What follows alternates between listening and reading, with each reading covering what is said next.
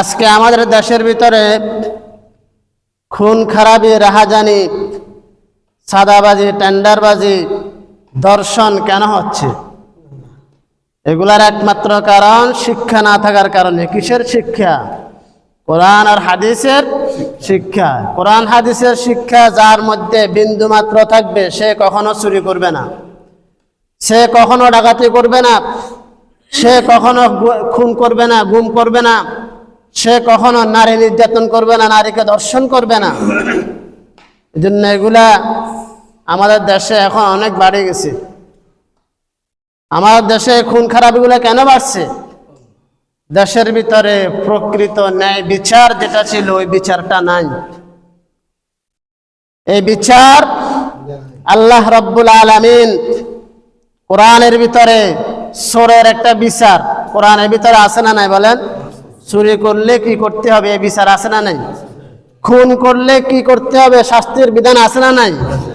এভাবে দর্শন করলে তার কি বিচার হবে, কি শাস্তি হওয়া উচিত এটা কোরআনে আছে না নাই? আছে। এই জন্য আমাদের দেশে এক শ্রেণীর লোক আছে, আলেম ওলামাদেরকে আলোচনা শিখায়। হুজুর এই আলোচনা করেন না, ওই আলোচনা করেন না। কোরআন এটা পরিপূর্ণ একটা জীবন ব্যবস্থা, পূর্ণাঙ্গ একটা জীবন বিধান। তাহলে কোরআনের ভিতরে যদি আলোচনা করতে গিয়ে কেউ যদি বাধা দেয় তার মানে কি কোরআনটা কি অপরিপূর্ণ? অথচ কোরআন পরিপূর্ণ একটা বিধান। আমরা মনে করি কোরআন শুধু তেলাওয়াতের জন্য আসছে না। কোরআন আপনার পারিবারিক থেকে শুরু করে রাষ্ট্রীয় পর্যন্ত, আন্তর্জাতিক পর্যন্ত কোরআন দিয়ে যদি পরিচালনা করা হয়, দেশের ভিতরে যে খুন, দেশের ভিতরে যে অরাজকতা, দেশের ভিতরে যে নারী ধর্ষণ হইতেছে সব বন্ধ হয়ে যেত যদি কোরআন ঠিক থাকতো। কোরআন চুরি যদি করে কত টাকা বা কত কি পরিমাণ অর্থ চুরি করলে তার হাত কাটা যাবে, এই পরিমাণ অর্থ যদি কেউ চুরি করে বাংলাদেশের ভিতরে ওপেনলি যদি একজনের যদি হাত কাটিয়ে দেয় রাষ্ট্রীয়ভাবে যদি বলে এই লোক এই চুরি করার কারণে তার হাত কাটা হয়েছে, আর কেউ চুরি করবে? কথা বলে কেউ চুরি করবে?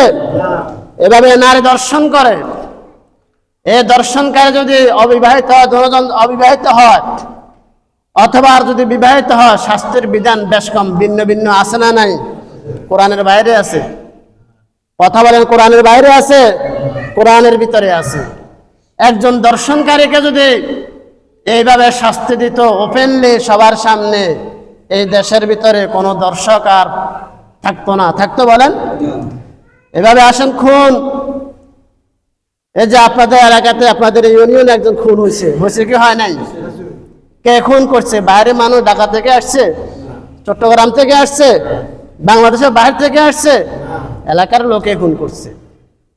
এই খুনের বিচার যদি হতো, একটা খুনের বিচার যদি বাইতুল মুকাররমে যদি সরাসরি তাকে যদি খুনের দায়ে তাকে এই শাস্তি দেওয়া হচ্ছে, এটা যদি প্রচার করা হয় পুরো দেশের সবাই যদি দেখে, দেশের ভিতরে আর কোনো খুন থাকবে না, কোনো খুনি দেশের ভিতরে আর থাকবে না।